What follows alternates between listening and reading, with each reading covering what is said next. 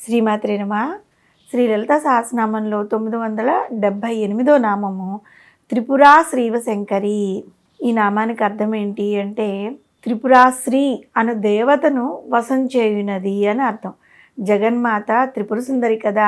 శ్రీచక్రంలోని ఆవరణ దేవతలందరూ కూడా ఆ తల్లికి వశమైపోయి ఉంటారు. మహాయంతరాజమైన శ్రీచక్రంలో జగన్మాత 64 కోట్ల యోగినీమణుల చేత సేవింపబడుతూ ఉంటుంది. అందుకే ఆ తల్లికి మహాచతుషష్ఠి కోటి యోగిని గణసేవిత అనే నామం సార్థకమైంది. ఈ 64 కోట్ల మంది యోగిని గణములు కూడా శ్రీచక్రంలోని 9 వివిధ ఆవరణల్లో కొలువై ఉంటారు. వీరిలో ఒక్కొక్క ఆవరణకు ఒక్కొక్క అధిదేవత ఉంటుంది. ప్రథమ ఆవరణ అయిన త్రైలోక్య మోహన చక్రానికి త్రిపురా చక్రీశ్వరి అని, రెండో ఆవరణ అయిన సర్వాస పరిపూరక చక్రానికి త్రిపురేశి చక్రేశ్వరి అని, మూడవ ఆవరణ అయిన సర్వ సంక్షోభన చక్రానికి త్రిపుర సుందరి చక్రేశ్వరి అని, నాలుగో ఆవరణ అయిన సర్వ సౌభాగ్యదాయక చక్రమునకు త్రిపురవాసిని చక్రేశ్వరి అని, ఐదవ ఆవరణ అయిన సర్వార్థ సాధక చక్రమునకు త్రిపురాశ్రీ చక్రేశ్వరి అని, ఆరవ ఆవరణ అయిన సర్వరక్షాకర చక్రమునకు త్రిపుర మాలిని చక్రేశ్వరి అని, ఏడవ ఆవరణ అయిన సర్వరోగహర చక్రమునకు త్రిపురా సిద్ధా చక్రేశ్వరి అని, ఎనిమిదవ ఆవరణ అయిన సర్వసిద్ధిప్రద చక్రమునకు త్రిపురాంబ చక్రేశ్వరి అని, తొమ్మిదవ ఆవరణ బిందుస్థానమైన సర్వానందమయ బైందవ చక్రమునకు స్వయంగా ఆ శ్రీ మహాత్రిపుర సుందరి అయిన లలితామాతే అద్దేవతలుగా ఉంటారనమాట. వీరందరి రూపాల్లో కొలువై ఉన్నది కూడా ఆ తల్లే. మనము ఈ నామంలో త్రిపురా శ్రీ చక్రేశ్వరిలో వసన్యాది వాగ్దేవతలు మనకి వివరించిన విధానాన్ని పంచమ ఆవరణ అయిన సర్వార్థ సాధక చక్రమునకు అధినేత్రి అయిన త్రిపురా శ్రీ చక్రేశ్వరి దేవి గురించి అన్నమాట. శ్రీమాత స్వరూపమైన త్రిపురా శ్రీ చక్రేశ్వరి దేవి తన భక్తులకు సర్వసిద్ధులను, సకల సంపదలను, అన్ని ప్రియములను, సమస్త సన్మంగళములను, అన్ని కోరికల పుష్టిని, సమస్త దుఃఖముల నుండి విముక్తిని, మృత్యు బాధల నుండి తప్పించి సర్వ విఘ్నముల నివారణకు సౌందర్యమును, సర్వ సౌభాగ్యములను కలుగజేస్తుంది. ఈ నామం అంటే ఈ అమ్మవారి నామం మనం పూజ చేయడం వల్ల ప్రాపంచికంగా ఆనందంగా జీవించడానికి అవసరమైన అన్నిటినీ, ఆధ్యాత్మిక ఉన్నతిని సాధించడానికి కావాల్సిన శక్తిని కూడా ప్రసాదించగలదు. కాబట్టి అనునిత్యము ఆ తల్లిని ఓం త్రిపురా శ్రీ చక్రేశ్వర్యై నమః అంటూ స్మరించుకుంటూ ఉంటే ఆ తల్లి ప్రసాదించిన మానవ జన్మ ఇక ధన్యమైనట్టే.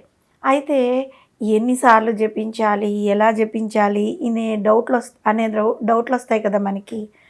అలా అంటే ఏదైనా ఒక మంచి రోజు స్టార్ట్ చేసి మనకి వీలైనప్పుడల్లా ఈ నామాన్ని స్మరించుకుంటూ ఉండాలి.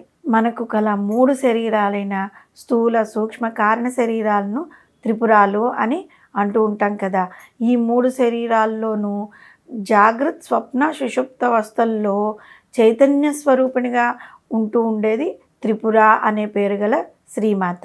ఈ విధంగా త్రిపుర అనే అమ్మవారిని మనం పిలుస్తూ ఉంటాం కాబట్టి తనను ఆరాధించి స్మరించే భక్తులకు శ్రీ అంటే లక్ష్మీ స్వరూపంలోనూ, త్రిపురాశ్రీగా సమస్త ప్రాపంచిక భోగభాగ్యాలను, దానికి తర్వాత మోక్షాన్ని కూడా ప్రసాదిస్తూ ఉంటుంది ఆ తల్లి.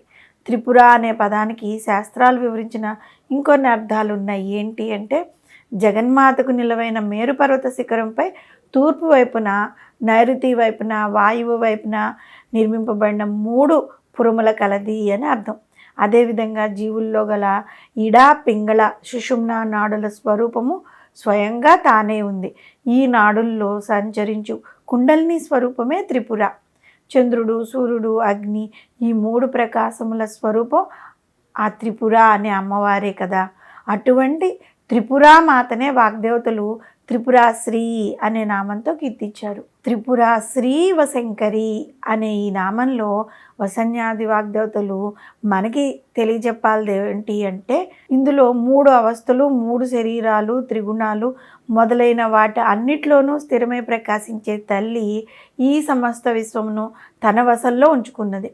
అటువంటి తల్లి యొక్క దర్శన భాగ్యాన్ని పొందాలంటే మనము మన దృష్టిని ఈ ప్రాపంచిక విషయాలపై నుండి జగన్మాత వైపుకు మళ్ళించి ఇంద్రియాలను మనవశం చేసుకోగలిగినప్పుడే మనకు త్రిపురా శ్రీవశంకరి అని వాగ్దేవతల చేత కీర్తింపబడిన మాత యొక్క దర్శనం మనకి లభిస్తుంది.